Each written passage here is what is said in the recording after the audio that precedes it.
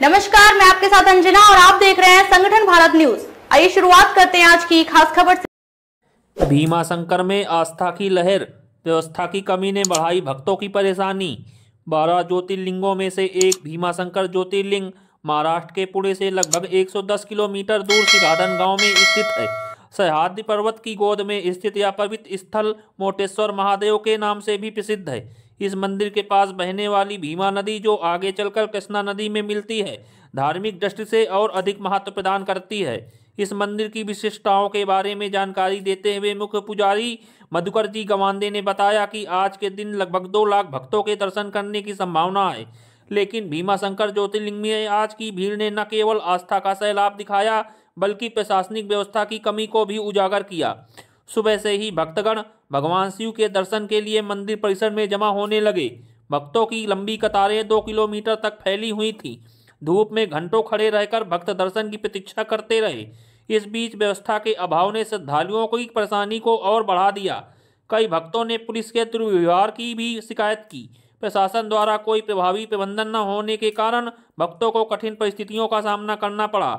इस संबंध में जब स्थानीय पुलिस स्टेशन घोडेर गांव में तैनात एपीआई किरण भलेकर से बात की गई, तो उन्होंने कोई स्पष्ट उत्तर देने के बजाय गोलमोल जवाब दिया। यह पवित्र स्थल भक्तों के लिए आस्था का केंद्र है, लेकिन प्रशासनिक लापरवाही ने उनके अनुभव को कष्टदायक बना दिया।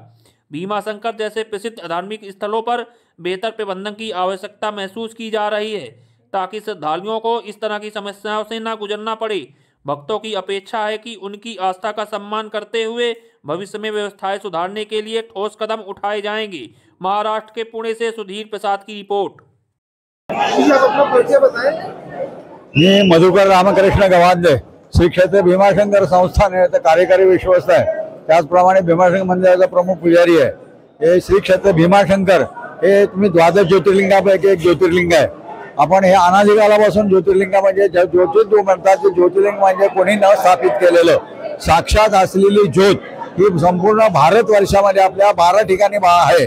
सौराष्ट्र सोमनाथंच, श्रीशैल्यम मल्लिकार्जुनम, उज्जैन्याम महाकालम, ओंकारम अमलेश्वरम, परल्याम भजनाथंच, डाकिन्याम भीमशंकरम, सेतुबंधे रामेशम, नागेशम दारुकावने, वाराणस्यां विश्वेशम, त्र्यंबकम गौतमी तटे, हिमालय केदारम, कृष्णेश्वरम, शिवालय, असे भारतवर्षामध्ये 12 ज्योतिर्लिंग आहेत। त्यापैकी आज तुम्ही आलेला आहात त्याचं नाव आहे डाकिन्याम भीमशंकरम। या थोडक्यात त्याची कथा सांगतो। त्रिपुरासुराचा या ठिकाणी संहार झालेला आहे। त्रेतायुगामध्ये त्रिपुरासुर नावाचा असुर होता, त्याची राजधानी जागा आहे। शिवलिंग तुम्ही आता दर्शन करता, हे अनादिकालापासून या ठिकाणी स्वयंभू आहे। शिवाय तिथे त्रिपुरासुर राजा भगवंताची सेवा करीत असे। काही दिवस सेवा केल्यामुळे भगवंतांनी त्याला दर्शन दिलं, सांगितलं की मोठा राजा आहे, माझा भक्त आहे, काही इच्छा असेल तर मागून घे। तेव्हा तो राजा होता, तो धूर्त होता, त्याने सांगितलं की भगवान मी तुमची प्रार्थना करतोय, आराधना केलेली आहे, तर मला असा आशीर्वाद द्या की या ठिकाणी तुम्ही मला अमरपद मिळेल। तेव्हा शंकर म्हटले अमरपद तर मिळणार नाही, परंतु तुम्हाला एक भेद मिळेल की तुला स्त्री आणि पुरुष कोणी मारणार नाही, असा त्याला आशीर्वाद दिल्यामुळे तो राक्षस रूपाने सगळ्यांना त्रास देऊ लागला आणि मोठं राक्षस रूपाने त्रास देऊ लागल्यामुळे तो उन्मत्त झाला। म्हणून ब्रह्मदेव, विष्णू, इंद्र, चंद्र, पार्वती यांनी येऊन शंकराची या ठिकाणी प्रार्थना केली। ते साधू संत होते, त्यांनी प्रार्थना केली की याचा उद्धार केला पाहिजे, याचा संहार केला पाहिजे, कारण की तुम्ही त्याला आशीर्वाद दिलेला आहे, तो सगळ्यांना त्रास देऊ लागलेला आहे, यज्ञ याग बंद पडलेले आहे, सगळं त्रास्त झालेलं आहे। तेव्हा भगवंत म्हटले मी एकटा त्याचा संहार करू शकत नाही, मला शक्तीची आराधना पाहिजे। शक्ती म्हणजे पार्वती, ती माझ्या शरीरामध्ये प्रवेश करील, आम्ही दोघे जण मिळून त्याचा संहार करू। आता तुम्ही आतमध्ये दर्शन घेतलं, त्याच्यामध्ये 2 भाग आहेत, अर्ध्या साईडला शिव आहे, अर्ध्या बाजूला शंकर आहे। असा अर्धनारी स्वरूप घेऊन मोठं उग्र रूप घेतलं, त्याला भीमरूप म्हणतात। या भीमरूपाला त्र्यंबकला ब्रह्मा विष्णू हे 3 रूप आहेत। तशी इथे ब्रह्मदेव, विष्णू, इंद्र, चंद्र, पार्वती अशी 5 देवता एकत्र होऊन मोठं उग्र रूप घेऊन कार्तिक शुद्ध पौर्णिमेच्या दिवशी त्रिपुरासुराचा संहार केला। म्हणून या भगवान मोठ्या रूपात मारलं, म्हणून या भगवंताला भीमशंकर असं म्हणतात। अंगातून घामाच्या धारा आल्या, ज्या घाम निघाला त्या घामाला शंकरांनी नदीचा आशीर्वाद दिला की हा नदी रूपाने इथून वाहील। भीम रूपातून निघालेली ती भीमगंगा म्हणून भीमा नदीचे उगमस्थान आहे। आणि डाकिनी आणि शाकिनी अशा त्रिपुरासुराच्या 2 पत्नी होत्या, त्यांनी शंकराची प्रार्थना केली की माझा भक्त होता, तुम्ही त्याला आशीर्वाद दिला, दुरुपयोग करायला लागला, त्याला मारलं, मोक्ष मिळाला, पण आम्ही पतिव्रत आहेत, आमचा उद्धार करा। तेव्हा भगवंत म्हणले की तुमच्या पतीला जरी मी संहार केला असला तरी त्याला मोक्ष मिळालेला आहे, तुम्हाला पण मोक्ष मिळेल, हे क्षेत्र तुमच्या नावाने प्रसिद्ध होईल, माझ्या अगोदर तुमचं नाव घेतलं जाईल. मग या क्षेत्राला डाकिनी क्षेत्र म्हणतात. भीमा नदी आणि शंकराचं नाव म्हणून डाकिन्याम भीमशंकरम असं याला म्हटलेलं आहे. नंतर आतलं जे मंदिर आहे ते 800 वर्षापूर्वी इसवी सन 1200 मध्ये विनायकराव भिडेंनी जीर्णोद्धार केलेला आहे.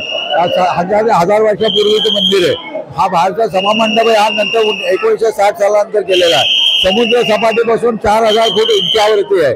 संपूर्ण जे अभयारण्य आहे, इथं अभयारण्य आहे, अशा या क्षेत्रामध्ये हे त्रिपुरासुराने त्या घेतलेला संहार केलेला भीमाशंकर ज्योतिर्लिंगाचा आज तुम्ही दर्शन घेतलेलं आहे. गुरुजी, आज साल का पहला दिन है, कितने लोगों ने दर्शन किया होगा? ऐसा है कि अभी पहले जमाने में ऐसा साल ये दिन पहला नहीं मानते थे, अभी ये बहुत मानने को लगा है कि 31 हो गए, 2 जनवरी हो गया. अपना भारतीय संस्कृति का चैत्र शुद्ध प्रतिपदा ये वर्षा का पहला दिन होता है, वर्षारंभ होता है. लेकिन अभी इंग्लिश को से 1 जनवरी का महीना बदल जाता है, इसलिए लोग कल बहुत त्योहार मानते हैं और आज दिन दर्शन के लिए आते हैं. अभी ये 2-4 साल हो गए, कम से कम 10 साल हो गए, 1-1.5 लाख से यात्रा आज दर्शन होकर के जाएंगी, ऐसा अंदाज है. बहुत भीड़ है, सब वो दर्शन हो जाएगा. ऐसा महाशिवरात्रि, त्रिपुरी पूर्णिमा, महाशिवरात्रि, श्रावण मास, कार्तिक मास, शनिवार रविवार सोमवार, ऐसे लाखों यात्री दर्शन करते हैं. और हर दिन में हजारों आदमी दर्शन करते हैं. खबरों में अब तक के लिए बस इतना ही. फिर होगी आपसे मुलाकात कुछ ऐसी खास खबरों के साथ. तब तक के लिए नमस्कार और देखते रहिए संगठन भारत न्यूज. अगर आपको हमारी वीडियो पसंद आई हो तो लाइक, कमेंट पर शेयर करें और ऐसी ही खबरों से जुड़े रहने के लिए आप हमारे YouTube चैनल संगठन भारत को सब्सक्राइब कर बेल आइकन को प्रेस करें. छोटी छोटी वीडियो और खबरें व्हाट्सएप और ईमेल पर भेज सकते हैं.